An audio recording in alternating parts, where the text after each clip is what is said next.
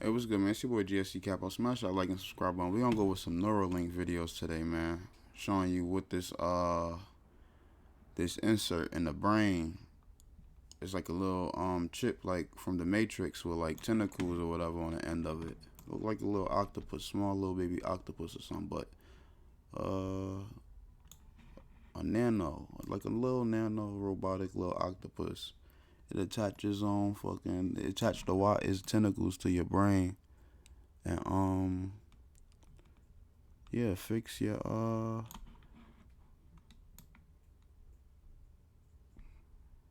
mental problems, fix your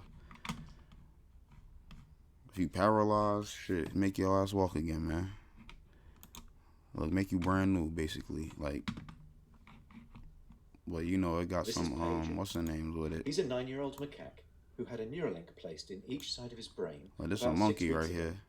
If you look carefully, you can see that See, look, the monkey has the chip in his head. This is the chip that they saying everybody is gonna get, and there's no avoiding it.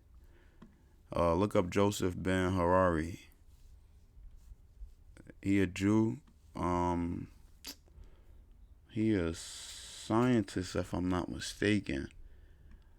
But they were saying they don't want anybody to have free will. Yeah, and it's a presentation too that they put in front of the whole world. They're not hiding it from nobody. So, well, I'm gonna hit this play button. You're gonna see this monkey with this chip in his head, right? Play the game and look at the TV screen, and he understand everything that we can understand just because this chip is in his head. And this is the chip that they want to put in our heads. They could remote view, they could live view, like they can read your thoughts pop up on a computer screen, like your every move. Like if you think a move, it is gonna pop up on their end and let them know what you about to do. If you tasting, like if you eating something, right, and your taste buds not working, right, certain taste buds not working, it's gonna pick up and show which taste buds is not active and what need to be done to fix it. But the chip is gonna automatically fix that itself because it send electric shocks to your brain or your pineal gland or whatever to like basically like reset your body temporarily, but not a full reset. I guess. Y'all gotta look more into it, but it's like that. That's what they say. That's what Elon Musk was saying. head hasn't quite fully grown back yet. He's learned to interact with a computer for a tasty banana smoothie delivered through a straw. We can interact with the Neuralinks simply by pairing them to an iPhone, just as you might pair your phone to a Bluetooth speaker. The links record from more than 2,000 electrodes implanted in the regions of Pager's motor cortex that coordinate hand and arm movements. Neurons in this region modulate their activity with intended hand movement. For example, some might become more active when he moves his hand up, and others when he moves it to the right. By recording from many neurons and feeding their activity into a decoder algorithm, we are able to predict Pager's intended hand movements in real time. First, we calibrate the decoder by recording neural activity as Pager uses the joystick to move a cursor to targets presented on the screen. As he's playing this game, we are wirelessly streaming, in real time, firing rates from thousands of neurons to a computer. Using these data, we calibrate the decoder. See that? This is the data, right? They break this shit down, and it pops up on they end. This is what this not only just this, it's everything you fucking do. It pops up like this, and the program, you see, it breaks it down, and it's gonna pop up sentences, paragraphs, all of that shit, nigga, everything. Like I said, they could even they could look through your, bro, they could view what the hell you doing through your eyes, man. They done put it inside of a fucking rat and did it, or a mouse, and showed us. Probably, I'm gonna see if I found the video. Relationship between patterns of neural activity Shit crazy. and the different joystick movements they produce. After only a few minutes of calibration, we can use the output from the decoder to move the cursor instead of the joystick. Pager still moves the joystick out of habit, but as you can see, it's unplugged. He's controlling the cursor entirely with decoded neural activity. Our goal is to enable a person with paralysis to use a computer or phone with their brain activity alone. Because they would... Professor X, huh? Oh man, they starting telekinetic type shit. Alright, I see what they done. These niggas crazy. Hell nah. To move a joystick, they would calibrate the decoder by imagining hand movements to targets. One of the things the Neuralinks allow Pager to do is to play his favorite video game, Pong. To control his paddle on the right side of the screen, Pager simply thinks about moving his hand up or down. We've removed the joystick altogether. Now that he's up to speed, let's increase the difficulty and see how well Pager can play with the Neuralink.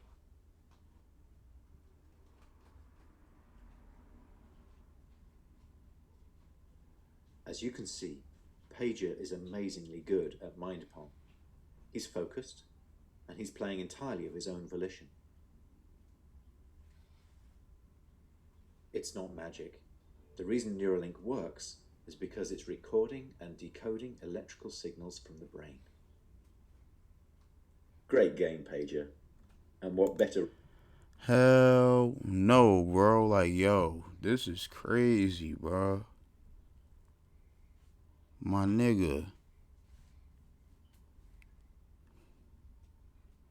Hey, that shit wild, right? For a monkey than a banana. We still have challenges spanning many fields of engineering. So if you're good at solving hard problems and want to change people...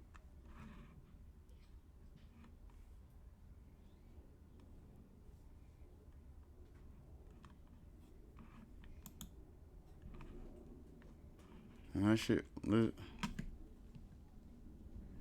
this is his, look, that's his shit popping up right there on the side.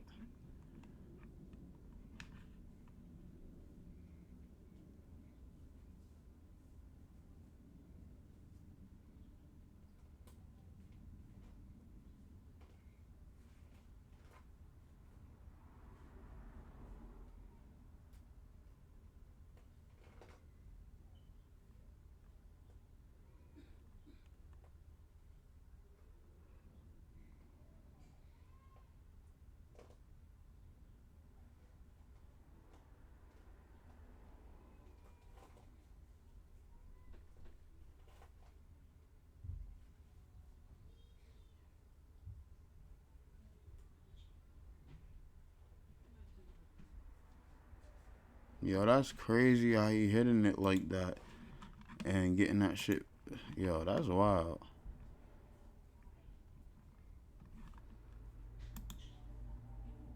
The beeps you're hearing are real-time signals from the Neuralink in Gertrude's head.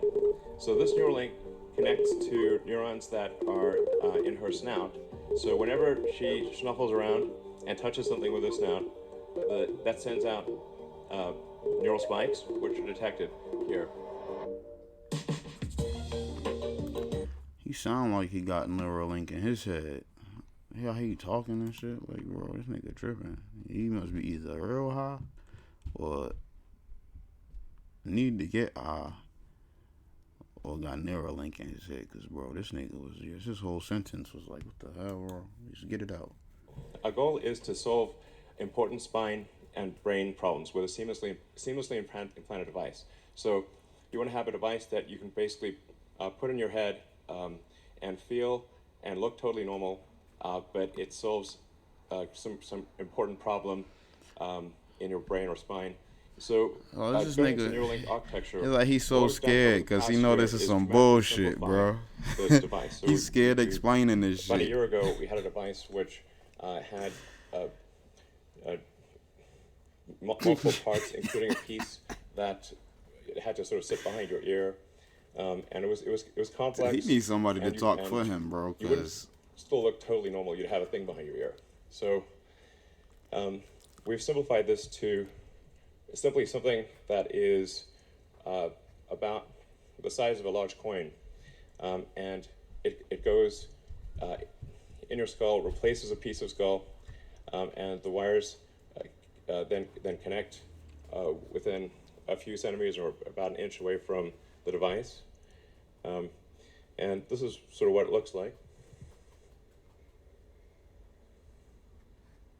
So. Oh, he changed it. He updated it. Yeah. This is that little device. It does that thing at the bottom is just to hold the threads in place because they're just like little fine wires. I mean, frankly, to sort of simplify this, what we're Nigga, I mean, that it's more complicated than this, but it ain't have no wires before. He said the wires could move on their own and attach to your things on their own. Now he got that there. Nah, bro. That look like something that could be a part of the motherfucking Mark of the Beast where he talking about that shit being in the forehead or in the right arm. You know, Amazon already motherfucking issuing the chips and shit. You could go scan your damn fucking hand at Amazon grocery stores and shit. They offering a chip right now. That shit is crazy. And then if you don't want the chip, they could take your palm. You know what I'm saying? But those gonna be the only two payment options soon coming from that store. So if you want to go shop at Amazon, you gotta have to have a chip in your hand or let them have your motherfucking fingerprints and shit. Like, bro, y'all are not the fucking police, man. Or are y'all?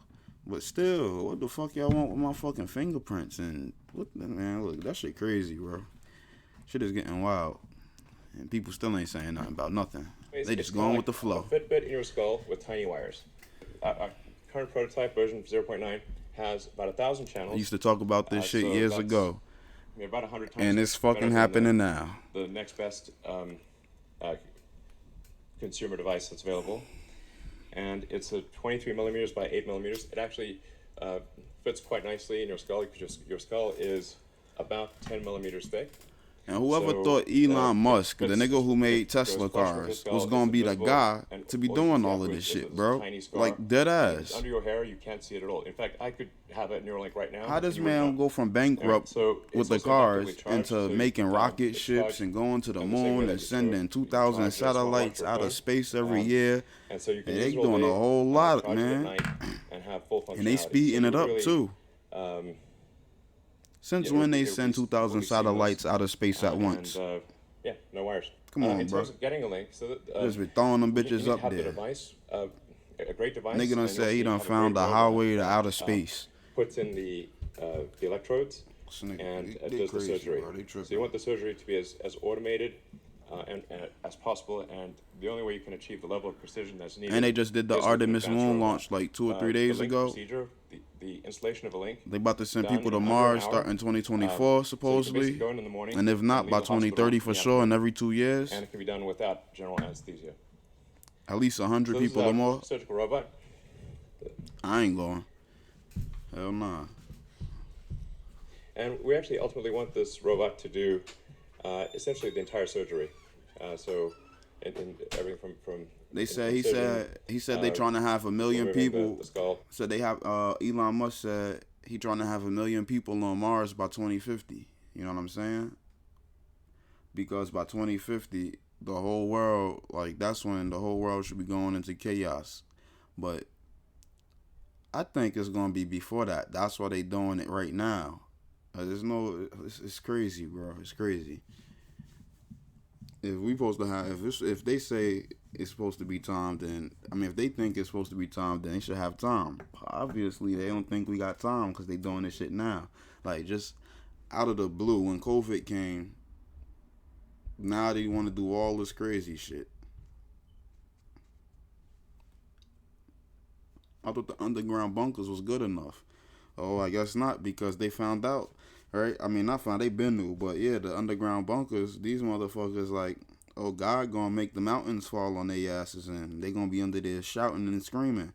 I guess them niggas don't wanna be under them rocks. They like, hell nah, we ain't going underground. We gonna get the fuck up out of Dodge this time. These niggas crazy. Electrodes. Man say he resetting the whole he resetting heaven and earth, making a whole new heaven. Have a fully automated system. So this shows you These niggas at think sort they of gonna close-up escape view, this shit. Like, they ain't which I escaping think is actually shit, not man. too gruesome, of the Not this electrodes time. being inserted in the brain.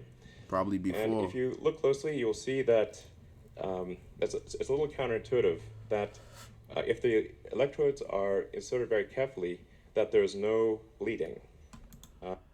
Now, where the metal bar at? Where's the metal bar that's supposed to hold these motherfucking wires in place? And then these are fucking fine metal, bro. What? What if it do make somebody bleed? What if it do bust somebody's head, bust the brain, and they blood clot and die right there? Go stupid and just die right there. Like, bro, why would somebody even take the risk? Who are you? You want me to let y'all open my head up and insert this chip in my skull or wherever, in my brain, past my skull. Bro, ain't we gonna have a piece of fucking something missing from our head? Bro, what the fuck? Look, I ain't with this shit. Yeah, that's crazy. That's some nasty shit. And so the Imagine everybody walking around with like a hole in their head. if you have very tiny electrodes, and Just if for they're this inserted fucking very chip. carefully, so that the robot actually images the brain and makes sure to avoid any veins or arteries, so that the electrodes can be inserted with no noticeable damage. So you will have no noticeable No noticeable neural damage. in inserting the link. So So look, with that being said, right, what he said is when you insert it, right, it's not gonna be no noticeable damage. How the fuck is it gonna be noticeable if ain't nobody looking inside your head in the first place every day? The fuck? So you telling me I gotta get my head checked out every day? But yeah, back to what I was saying. He said there's no noticeable, like, bro. Man, it's crazy, bro. Trying to rupture somebody's fucking brain, bust they shit all open, talking about something. it actually work. So say it does fuck you up a little bit, right? But you good with it. Still, you good with it, right? What happens when you want to take it out? Are you gonna be good after? That damage does what does that what happens with that damage that's being done when it's put in your head? What happens when you want to take it out and you don't want it no more? Then you gonna go retarded, brain dead or some shit? That mean you gotta stick it back in your head and you stuck with it? Yeah, nah. I'm tripping. And what I'm That's like taking the motherfucking motherboard off of a fucking Xbox or something, expecting it to turn on. It's not gonna turn on, buddy. You done broke the whole damn thing, my nigga. Chill. Exactly. You excited to done show broke you, a motherfucker. I quote like the Three Little Pigs demo, and if our I don't have this. We're bringing out the. And you see how I said they put and this we'll shit in show front of the world, bro. They don't hide none of this stuff they doing, bro. They be having all these conferences and all of this shit, and they put it right on. They have a YouTube channel. All of this shit, bro. Like CERN too. CERN been doing this shit before the 40s, man. I've been posting about CERN for the past fucking 5, 6, 7 years, bro. Why 2022 now they want to talk about CERN and act like it's a big deal? My nigga. Y'all late. I like how everybody catch on when it's too late. I ain't like anybody gonna go there and blow the whole shit up anyway. So. Well, I'll walk right over and show you. So what we have in pen number 1 is Joyce, and she does not have an implant. Obviously healthy and happy. We're trying to get. The fuck you laugh like that for? Yeah, I'm good off that. Y'all hear that shit? This nigga, I ain't see nothing funny. I ain't hear nothing funny. This nigga just tweaked out, bro, just now. Like, he tweaking, bro. He really just laughed like that. He sound insane. What the fuck wrong with Elon Musk, man? Go check it out. And this is how you know it's a live demo. So here's Dorothy. And in the case of Dorothy, Dorothy used to have an implant, and then we removed the implant. So this is a very important thing to. I want to know how many pigs they put the implant in and removed it until they actually did it successfully. Like for real. I want to know if it was a pig before Dorothy. Maybe they inserted in her head and that shit caused some damage, but it was still working. But then when they removed it, the motherfucker probably died of blood clot or something because, yeah. Demonstrate is reversibility. So if you have a Neuralink and then you decide you don't want it, or you want to get an upgrade, and the Neuralink is removed, is it removed in such a way that you are still healthy and happy afterwards? And what Dorothy illustrates is that you can put in the Neuralink, remove it, and be healthy, happy, and indistinguishable from a normal pig. Thanks, Dorothy. Here we go. Great. Okay. Great. Okay. This is a high energy pig. All right. Gertrude, thanks for coming out. So what the beeps you're hearing are real-time signals from the Neuralink in Gertrude's head. So this Neuralink connects to neurons that are in her snout. So whenever she snuffles around and touches something with her snout, that sends out neural spikes, which are detected here. And so on the screen, you can see each of the spikes from the 1024 electrodes. And then if she snuffles around, touches her snout on the ground, or you kind of feed her some food, pigs love food, then you can see the neurons will fire much more than when you're not touching the snout, and that's what's making the beeping sound. All right, cool. So as you can see, we have a healthy and happy pig, initially shy but obviously high energy and kind of loving life, and she's had the implant for 2 months. So this is a healthy and happy pig with an implant that is 2 months old and working well. Yeah.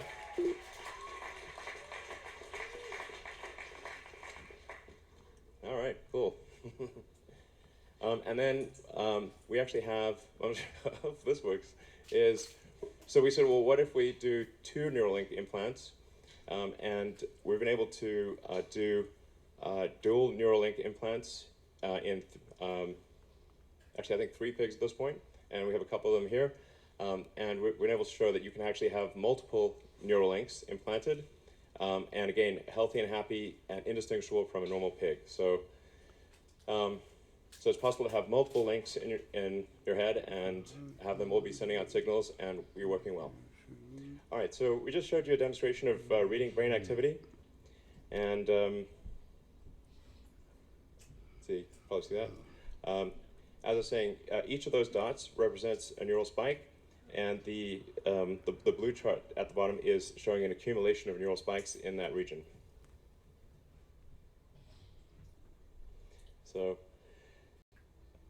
in terms of additional brain reading activity, when we have, say, one of our pigs on a treadmill, pig on a treadmill, it's a funny concept, really. And we take the readings from the neurons, and we try to predict the position of the joints. And so we have the predicted position of the joints, and then we measure the actual position of the joints. You can see that they're almost exactly aligned. So we're able, with a wireless neural implant, to actually predict the position of all of the limbs in the pig's body with very high accuracy. Now, in terms of writing to the brain or stimulating neurons, we also need precise control of the electric field in space and time. We need a wide range of current for different brain regions. Some regions require delicate stimulation, some require a lot of current, and you want obviously no harm to the brain over time. And the way part of the way we analyze the stimulating neurons is with a 2-photon microscopy. I always have trouble pronouncing that, microscopy. And it's very impressive technology. You can actually literally see in real time how the neurons are firing.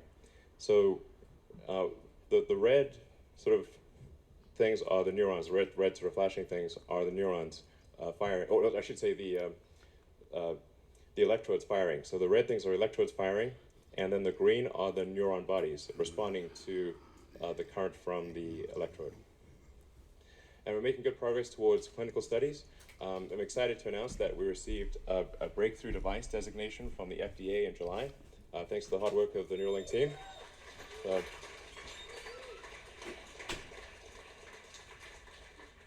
So I want to be clear, we're working closely with the FDA, and we'll be extremely rigorous. In fact, we will significantly exceed the minimum FDA guidelines for safety. We will make this as safe as possible. But what are some likely first applications? So our first clinical trial is aimed at people with paraplegia or tetraplegia, so cervical spinal cord injury. We're going to enroll, we plan to enroll a small number of patients to make sure the device is safe and that it works in that case.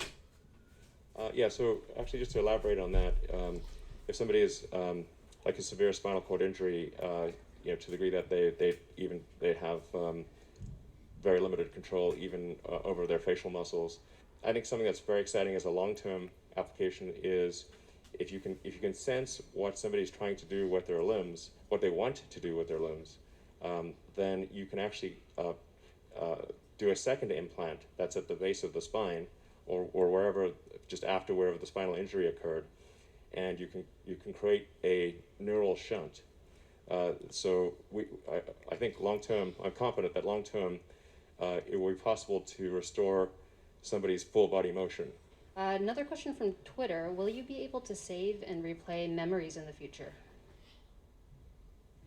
Yes, I think in the future you will be able to save and replay memories. I mean, this is obviously sounding increasingly like a Black Mirror episode, but well, I guess it's pretty good at predicting. But yeah, essentially, if you have a whole brain interface, everything that's encoded in memory, you could upload. You could basically store your memories as a backup and restore the memories. And ultimately, you could potentially download them into a new body or into a robot body. The future is going to be weird.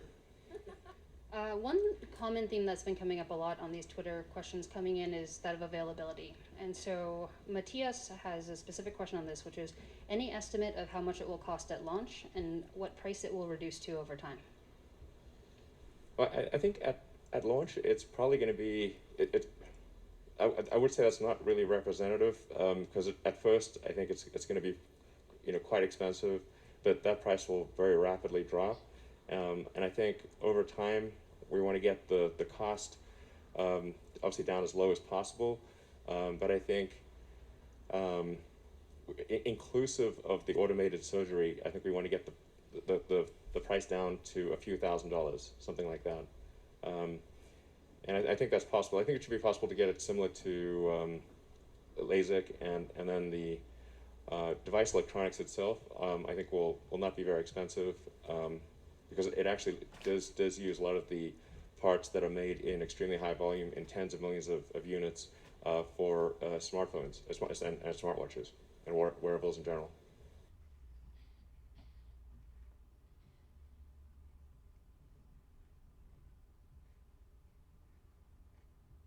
This episode of Real Engineering is brought to you by CuriosityStream. Sign up today and get access to my new Logistics of D-Day series on Nebula. Over the last decade, Elon Musk has become one of the most famous men on the planet, revolutionizing the banking, automotive, rocket, and energy industries in a relatively short period of time. The beeps you're hearing are real-time signals from the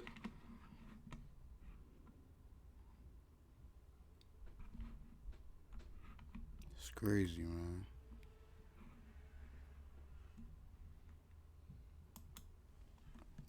Neuralink, Elon Musk's brain chip company, recently pushed back on claims that it violated animal welfare laws a few years ago while testing on monkeys.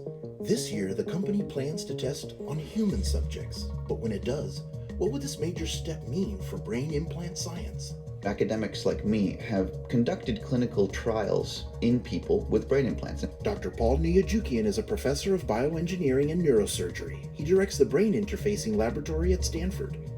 For about 20 years now. Academic research brain implants, up until this point, more or less, have almost exclusively been with wires. The difference that the N1 has, that the Neuralink, it's fully implantable, it is battery powered, it is wireless. All of this is being done over Bluetooth protocol. Let's dive into the science behind Neuralink to understand how exactly human brain chips work.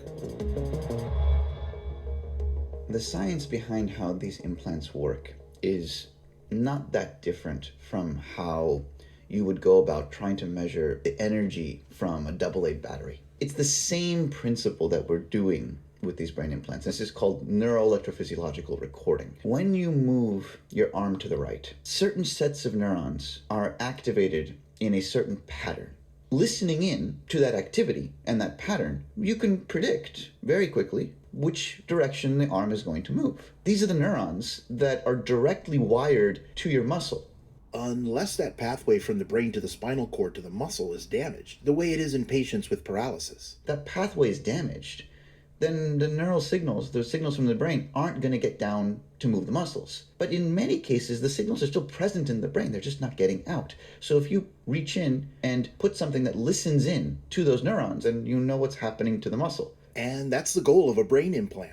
Now let's look at a timeline of brain interface breakthroughs over the years. Scholars have long been interested in how the brain works, so it's important to view these new developments at Neuralink as a culmination of breakthroughs by brain-machine interface researchers, especially in the last few decades. For example, in 2002, the first demonstration of real-time cursor control in monkeys took place. 2008, a monkey controlling a robotic arm in 3 dimensions fed itself. 2012, the first brain-controlled robotic arm by a human. 2017, a human controlled a cursor mentally to type out words and sentences. Dr. Nyajukian was part of this study, as well as the one in 2018, where a human subject mentally controlled a tablet to do things like browse the web, send emails, and play games or music. All that's been done with a couple hundred electrodes.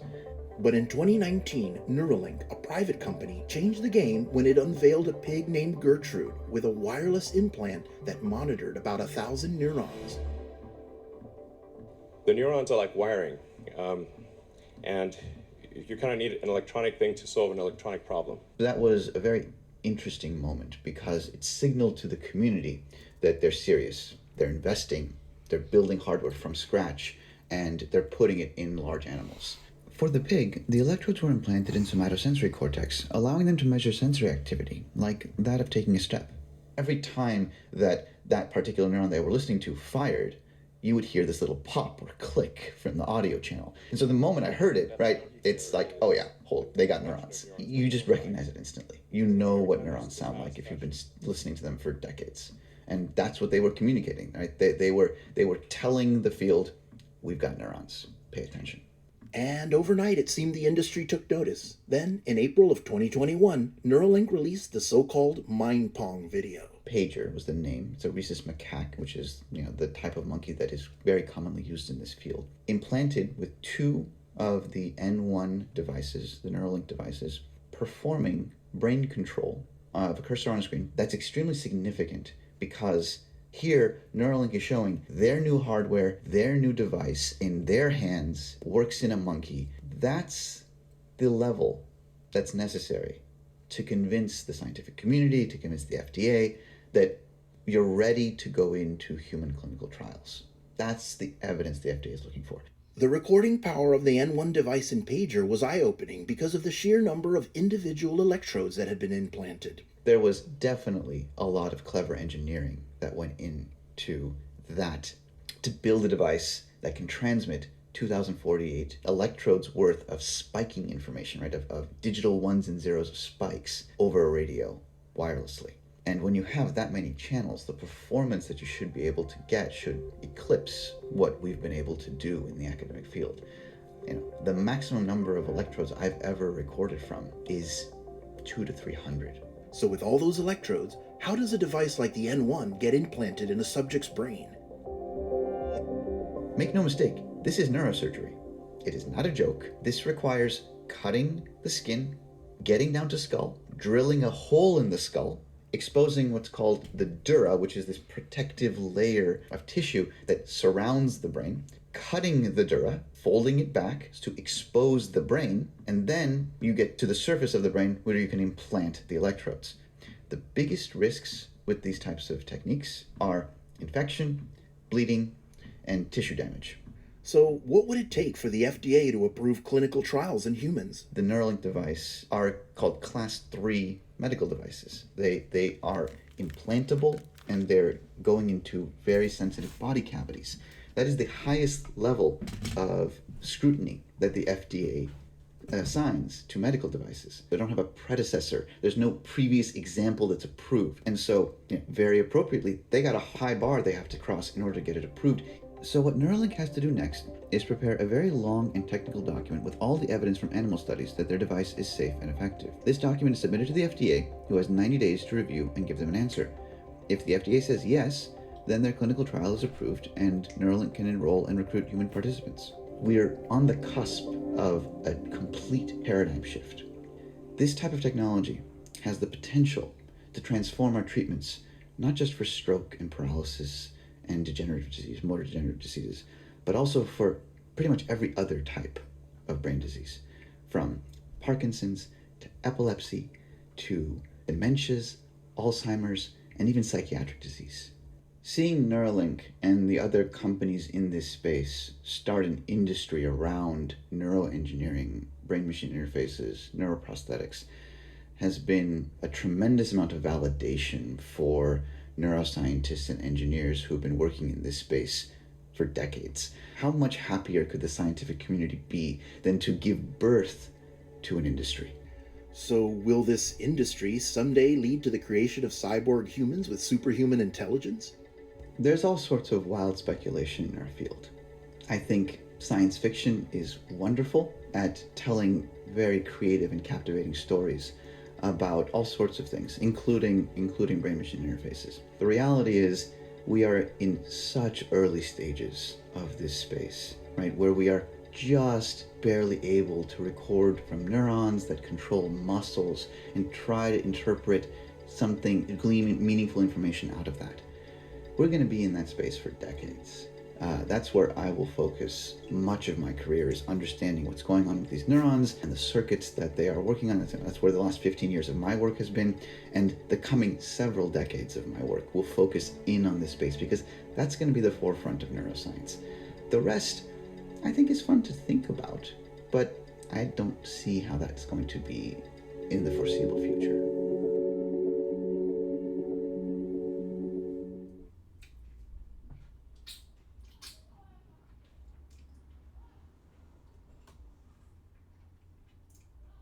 Elon Musk's vision for life on Mars is easily the most ambitious plan set out by any modern leader. 1 million people living and working happily on another planet within the next 50 years.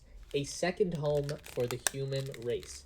It's a crazy idea to think about, and obviously Elon Musk isn't the first person to have this idea, but he is the only person so far with the money and the resources and the determination to actually get this thing done. We are in the very early days right now, but the seeds for life on Mars have already been sown. But what exactly are we going to do when we get there? And what will living on Mars really look like? Well, we've never done this before, so no one can really say for sure, but there are some really cool ideas out there, and it's all pretty fun to think about. So that's what we're doing today. Let's talk about life on Mars. Hey Elonites and Musketeers, welcome to the Tesla Space, where we share the latest news, rumors, and insights into all things Tesla, SpaceX, and Elon Musk. So the basic premise for getting people and stuff to Mars is actually pretty simple. And I say that only because Elon and SpaceX have already got that mostly figured out. We're using the SpaceX Starship as our mode of transportation between Earth and Mars. That's the same rocket that just completed a successful takeoff and landing test. The SN-15 prototype that we watched nail the landing is pretty close to what the final Starship product will actually be. It's just a really big stainless steel rocket ship that can take off from a planet, fly through space, and come back down again fully intact. And it can do that over and over again with only a pause to refuel in between flights. No rocket like this has ever been successfully done before. This is a true game changer. The Starship will act as a ferry between Earth and Mars. Some will carry people, but even more flights will carry supplies. The Starship can carry 100 metric tons of cargo on each flight. That's about 50 Tesla Model 3 cars for comparison. Once every 2 years, when Earth and Mars reach their closest point in space, fleets of starships will make the 7-month journey between the two planets. The first crossing will be a few ships just to test the waters, but after a few of these cycles, we'll be sending thousands of ships from Earth to Mars. We've got a full-length video that goes into all the details of the journey between the two planets. You can check that out for even more details, but today we're going to move right into what it will be like to actually live on Mars. Obviously, no one thinks that Mars is going to be a nice, comfortable place to live on day one, but just how rough is it going to be? Well, the average temperature is around negative 60 degrees Celsius, which is stupid cold, even by Canadian standards. Though in the peak of summer at the equator of the planet, Mars can reach a maximum temperature of around 20 degrees Celsius, which is pretty nice. I'd say like pretty solid tanning weather up here in the Great White North. So that's pretty nice, but it doesn't mean you'll be kicking it on a lounge chair with a nice beverage every day. The atmosphere on Mars is pretty much non-existent, and what is there is mostly carbon dioxide. The volume of atmospheric gas on Mars is less than 1% of what we have on Earth. So there's really not much to work with. And in addition to there being nothing there to breathe, there is also nothing there to protect the surface of Mars from cosmic radiation.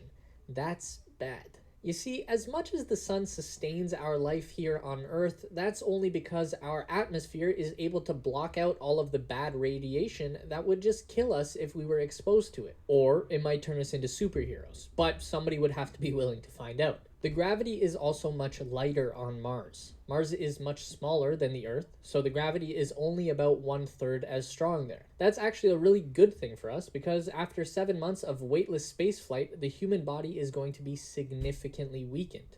So regaining strength on Mars will be easier than on Earth. Trying to come back home after an extended stay, though, that is going to be very challenging to overcome. Then there are these epic dust storms that can cover the entire planet in some cases. Dust is going to be a huge issue on Mars. That's what got Matt Damon into trouble when he was on Mars. He got caught in a dust storm and all his stuff blew over and he got stranded. Luckily, I'm being told that that was just a movie and didn't actually happen. It's hard to tell these days which is which. They're just so good at that now. So in real life, the wind on Mars wouldn't be that big of a deal, like we said. The atmosphere is so much thinner over there than it is on Earth, so even in a crazy 100-kilometer high dust storm on Mars, the wind is only blowing like 60 kilometers an hour. It's the dust that's really going to be the problem. It gets everywhere. All of our equipment is going to have to be thoroughly sealed against dust getting inside and ruining everything. Solar panels are going to be a pain in the ass to keep clean. So overall, the dust storms are going to be bad, but it's not going to be like that scene in Mad Max where everyone gets wrecked. They'll be pretty tame in comparison. So Mars is definitely not going to be a safe place. And like Elon has said, people will probably die. Probably not so much in the way that Pete Davidson's Chad died on SNL, but more like people will die. Happening to people. The margin for error with everything on Mars will be so slim, any little mistakes or equipment failure can cost a person their life. I saw Elon tell an interviewer on CNN that he would only ever go to Mars personally if he knew that SpaceX would continue after his death. So even as the boss, Elon isn't super optimistic about his chances of survival.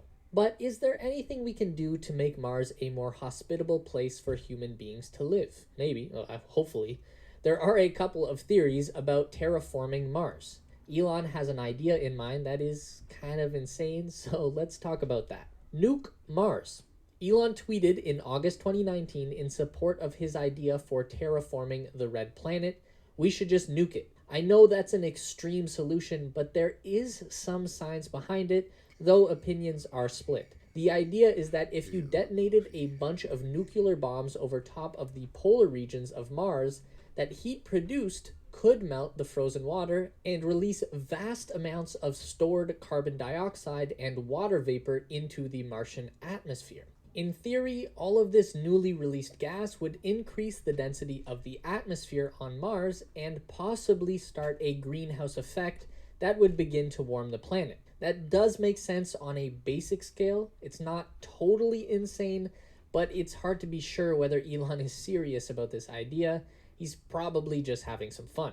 There was a proper study released in 2018 in the Journal for Nature Astronomy that concluded that there just isn't enough carbon dioxide stored on Mars, at least not that we know about, to actually cause any significant warming of the planet if it were released. Other scientists have said that even if there was enough gas for this idea to work, the whole thing could actually backfire and cause a nuclear winter event to happen. If the explosion kicked up enough of the Martian dust, it could just cover the entire planet and block out the sun for years. Hey, by the way, did you know that we have our very own Tesla Space newsletter? Yeah, it's great. Link is in the description to sign up. So we're probably just going to have to deal with Mars being an inhospitable wasteland for the foreseeable future. And if that's the case, then how do we actually live there? Best anyone can tell, we either live in domes, in dirt eggs, or underground. So we could all live under a series of domes on Mars. Just like in that Stephen King book, we could create miniature atmospheres within each dome village that would allow us to just relax and walk around and do our thing without the need for spacesuits. Obviously, it wouldn't be one big seamless dome. There'd be no way to get that transported to Mars. It would have to be modular, like a honeycomb pattern. You could just stack round sections of dome up in a starship like a can of Pringles. When it gets to Mars, just pop the top and start building domes. Yo, Elon, get at me for more genius engineering ideas like that one. I've got tons. They'll work, I promise. Now here's a real-life genius idea. Martian buildings could be 3D printed eggs made from dirt. Seriously, this is a real thing. This company called AI Space Factory has come up with an automated process that would 3D print an egg-shaped building using materials harvested on Mars. The idea is to use basalt in combination with bioplastic to create a durable building material. The basalt fibers would be extracted from Martian rock, and the polylactic acid binding material that would make both workable and solid would be extracted from plants that could be grown in greenhouses on Mars. The result would be a super strong, stable, and insulating shell that would be built by a 3D printing robot. Martian conditions require a structure optimized to handle internal atmospheric pressure and thermal stresses, and AI Space Factory are thinking that an egg shape would be the ideal to meet those needs.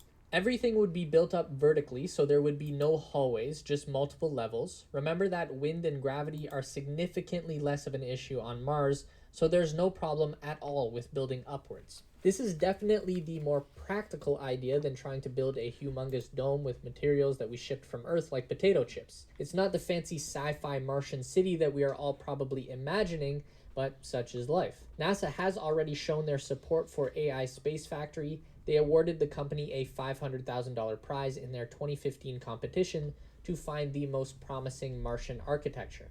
And we know how much Elon Musk loves tunnels, so if he has his way, then we're sure to see some level of subterranean activity on Mars. This could be really useful as a transportation network for moving people and supplies around the colony, especially if we go with the Egg City idea and not the giant dome.